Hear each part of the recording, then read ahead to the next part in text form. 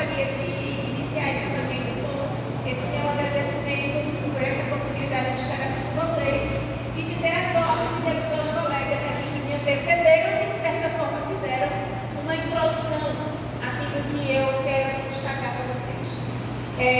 Até porque me parece que a gente vai assim num caminho. Eu estou aqui com o roteiro, vocês estão vendo que eu não consigo nem olhar para ele. Não sei se vai adiantar. Vou tentar para poder aproveitar o tempo.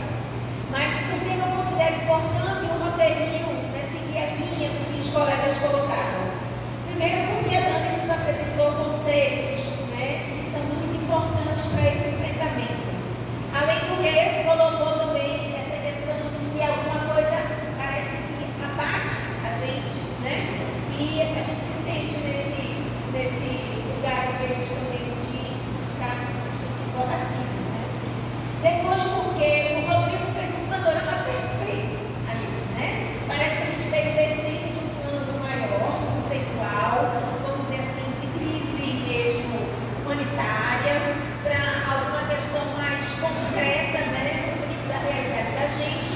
E aí eu vou pedir a licença a vocês para que a minha fala aqui seja centrada em duas situações que eu gostaria de compartilhar com vocês. Uma, o Rodrigo já colocou ali a Paulinha Pereira, mas eu não vou começar por ela. Eu vou começar por uma área distante daqui, talvez próximo do amigo ali de Jatobá, do Rio São Francisco, com a área com a qual eu tenho trabalhado também. Bem, pedindo para que a gente também colocasse um pouco da nossa trajetória. E aí, eu vou colocar essa questão da trajetória para vocês, para que vocês possam entender o que é o percurso aqui. Eu sou antropóloga, eu sou psicanalista e trabalho com povos e comunidades tradicionais há muito tempo. E principalmente com a questão do reconhecimento territorial dos povos indígenas e quilombolas. Bem, foi por conta dessa relação com os povos indígenas e comunidades quilombolas que mais ou menos em 2015 o povo Pancará e também algumas comunidades quilombolas daquela região do sertão de São Francisco, essas pessoas chegaram para mim e para outros colegas que trabalhamos com um projeto que é o projeto Nova Cartografia Social, que tem por objetivo elaborar mapas a partir da vida das próprias comunidades. Então, vocês percebam que se a gente tem ali mapas mostrando, né, as áreas de vulnerabilidade da região metropolitana do Recife, se nós fôssemos trabalhar com mapas construídos, elaborados pela própria população, a gente teria temáticas muito diferentes. Além de ter questões da vulnerabilização, teríamos também, provavelmente, áreas de potencial dessas comunidades, né? Então, mais ou menos assim começou essa trajetória com as questões socioambientais do sertão de Pernambuco. Destaco aí a questão dos socioambientais, as questões socioambientais. Tanto Dani como o Rodrigo chamaram a atenção de algo que é fundamental, que quando nós chegarmos na questão da APBB, eu quero também destacar. Toda a questão ambiental, ela está diretamente relacionada a questões sociais. A questão da estrutura da nossa sociedade. Não tem como separar uma coisa da outra. Eu já começo por essa questão, porque há uma tendência a fazer uma circunscrição do problema como se não tivesse essa relação. Pois bem, como é que aconteceu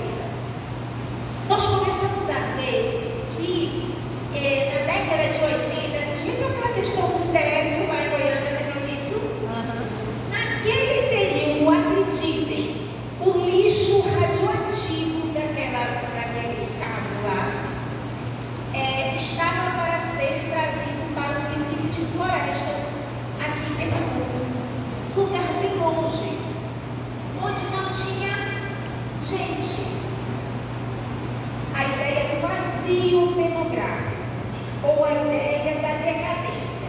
Ou não tem ninguém, ou quem está lá, não importa, sabe, não sabe o que está dizendo, precisa ser evoluído, desenvolvido, é muito pobre, não sabe, né? É isso. Então, essa ideia de vazio demográfico e essa ideologia da decadência é o que permeia as ações em torno das questões ambientais. Ok? Bem, como eu falei para vocês, quando nós fizemos esse mapa e fomos ouvindo essas pessoas, ficou explícito o seguinte: tinha todo um conjunto de elementos, inclusive várias atas aqui da Alep, né? Assim como também na própria prefeitura do Recife, né? Da Câmara dos Vereadores, falando sobre a questão de trazer a usina nuclear e o lixo radioativo para cá. Então, é um conjunto de coisas que a gente não percebe. Quando a gente vai falar da questão ambiental, há uma grande preocupação.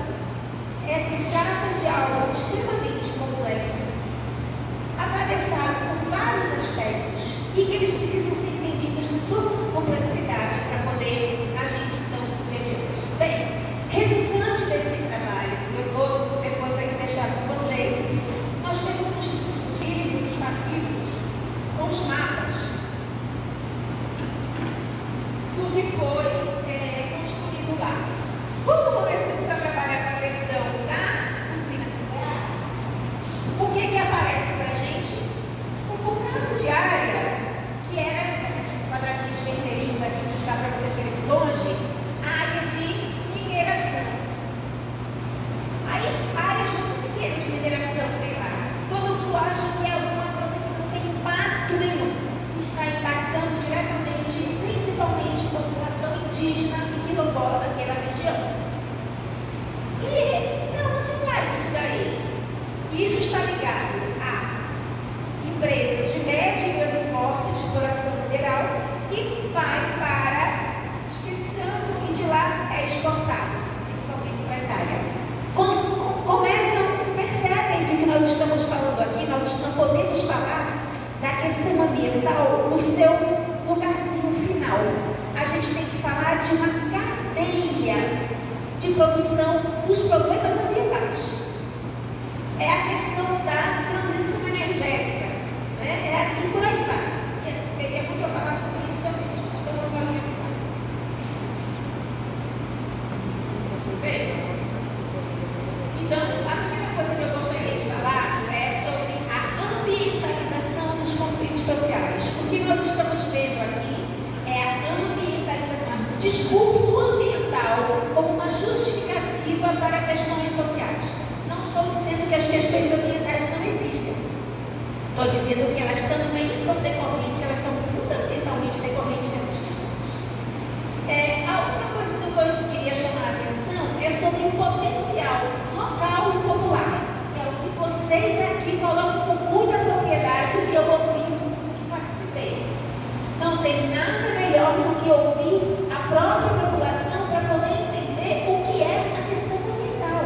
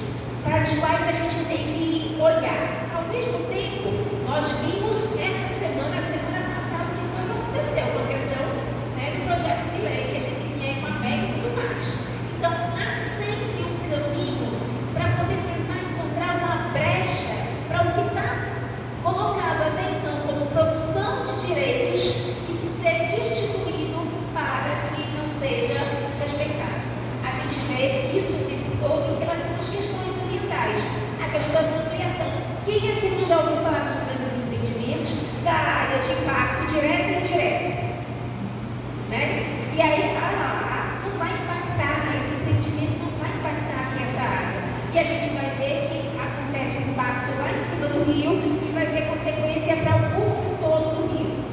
Então, a questão da legislação, ela é importante de que a gente se aproprie dessa legislação, mas é preciso que a gente se aproprie das dinâmicas de se lidar com essa legislação. Então, por exemplo, o que está acontecendo do ponto de vista das discussões normativas legais na Assembleia Legislativa? O que está? Alguém falou também muito importante aqui a necessidade da gente participar das conferências, dos conselhos, das instâncias formais que têm de participação popular. Ao mesmo tempo, é importante olhar para todas essas instâncias e ver o potencial de subversão de uma lógica imposta. Porque o que a gente também tem é que essa estrutura organizativa, muitas vezes, que está presente legalmente, como por exemplo, temos a questão das audiências públicas, temos a questão das consultas, né, no caso de grandes empreendimentos. O que realmente isso acaba impactando para barrar ou não o empreendimento que tem impacto ambiental e social? Geralmente nada. É só uma instância para poder legitimar. Então é preciso que a gente se aproprie dessas instâncias e faça delas questões que são importantes para o enfrentamento de questões ambientais. Bem, eu vou concluir o pensamento aqui. Eu nem cheguei nada, porque eu também ainda estou dizendo, imagina. Não vou chegar nada,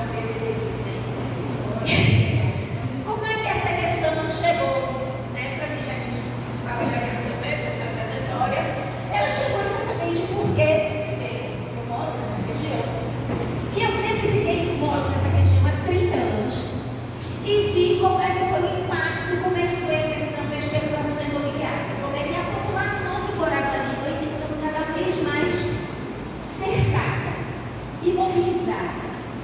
E a questão da água tem destacado pelo seguinte: o Rodrigo chamou e mostrou que a Boca do Beberibe é, se vocês não sabem, a maior área florestada do município de Recife.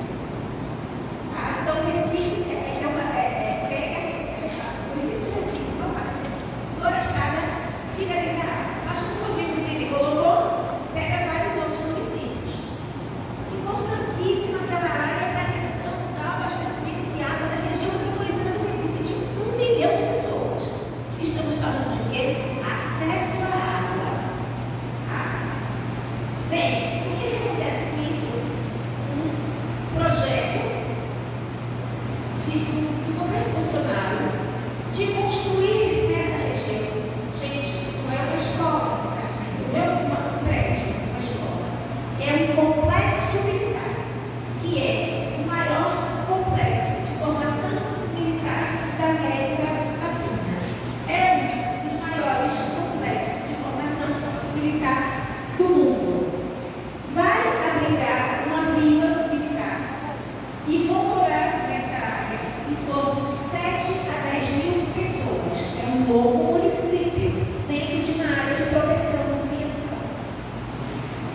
Né? Aí se pergunta, mas e aí? Quer dizer que não pode desmatar mais nada?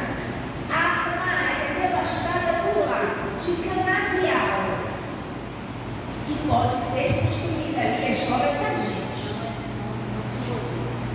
Se cogita, mas não se vai adiante, sabe por quê?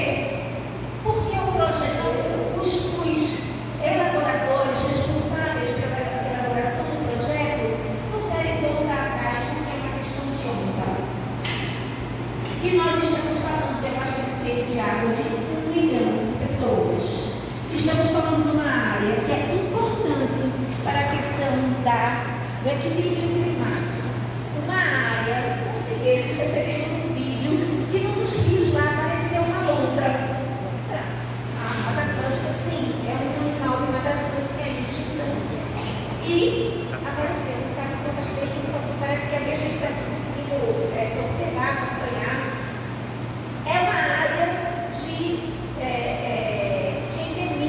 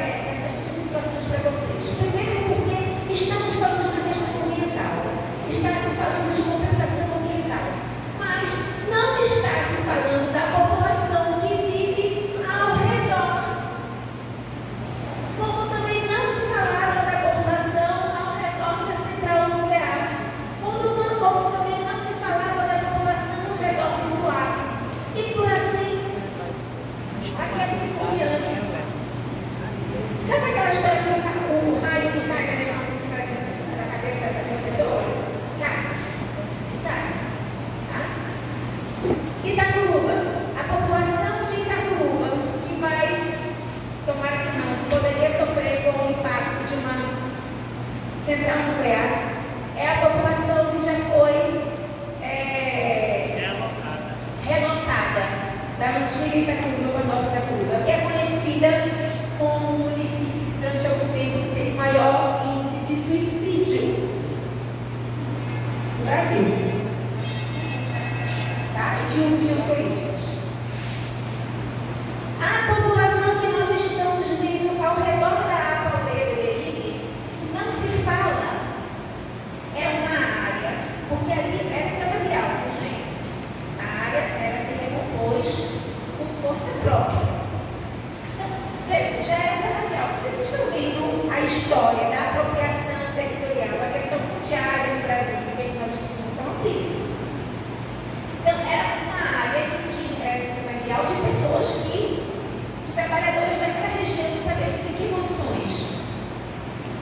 Eles foram excluídos dessa região quando o exército cercou e protegeu, e foi bom ter protegido. Mas ficaram nos arredores ou foram para uma área de assentamento ali. Pois essa mesma população agora vai ser impactada por um projeto, entre aspas, de desenvolvimento, que nós não sabemos o que vai acontecer, mas temos, e aí eu gostaria de acabar, mas vou acabar com um elemento importante, que é o que geralmente nos colocam como pessoas que anunciam problemas desse tamanho, que são os catastrofistas esclarecidos. Colocam assim: vocês são um bando de catastrofistas, vocês são um bando de gente que só sabem, né, anunciar a desgraça. Parece que vocês até gostam de desgraça, não é isso? Nós sabemos o que aconteceu com a transposição de São Francisco, nós sabemos o que aconteceu com o Suave, nós sabemos o que aconteceu principalmente com as meninas, com as mulheres, quando chega uma obra desse tamanho para poder passar ali não sei quanto tempo, quando não estão preparadas para estar ali, nós sabemos disso. Então vejam, nós estamos falando de situações que são críticas e esse catastrofismo, e aí eu vou fechar minha fala com uma outra noção. Eu falei da questão lá na frente, né, do vazio demográfico, da ambientalização dos conflitos sociais, falei agora dessa questão do catastrofismo esclarecido, e por último, o que eu queria fechar geralmente a questão ambiental ela está pautada sobre índices, notas técnicas, sobre o tecnicismo, mas esse tecnicismo ele precisa ser superado com a vida, o registro, a vida das pessoas. Então, quando eu falo a partir da antropologia, eu digo que a etnografia, a descrição do cotidiano é muito importante. E eu quero dizer que o trabalho de vocês nesses territórios é muito importante, porque são esses relatos que têm que ser descritos, passados, revelados, anunciados, colocados, para poder se ter ideia do que é a dimensão do problema da questão ambiental.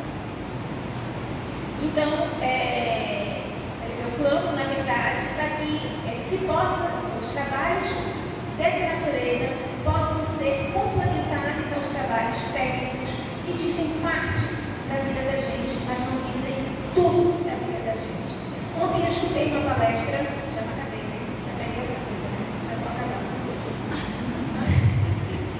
Ontem eu escutei uma palestra que, de certa forma, me chocou, que falava o seguinte, falava sobre o cinismo da educação ambiental. Como assim? E a pessoa dizia: gente, essa história de ficar construindo um brinquedinho com garrafa PET não vai fazer diferença. Digo, como não faz diferença? E isso? E deve ter diferença. Como assim? A questão é estrutural. O que a gente vai fazer com lixo que não leva? Porque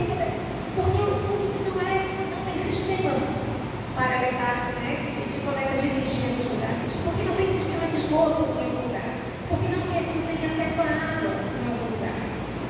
Então, não dá para a gente trabalhar com a questão ambiental sem trabalhar com algo que antecede, que é a estrutura social, que é a diferença que se coloca. Estamos o tempo todo movidos por um capital, um sistema capitalista que agora está baseado no sistema, o economista que fala a era do capital improdutivo. Estamos falando agora questão dos créditos de carbono. Tudo vira mercadoria, tudo vira sistema financeiro. Tudo isso se distancia da vida. Tudo isso se distancia da economia de Francisco Clara. Tudo isso, se distancia da possibilidade de fazer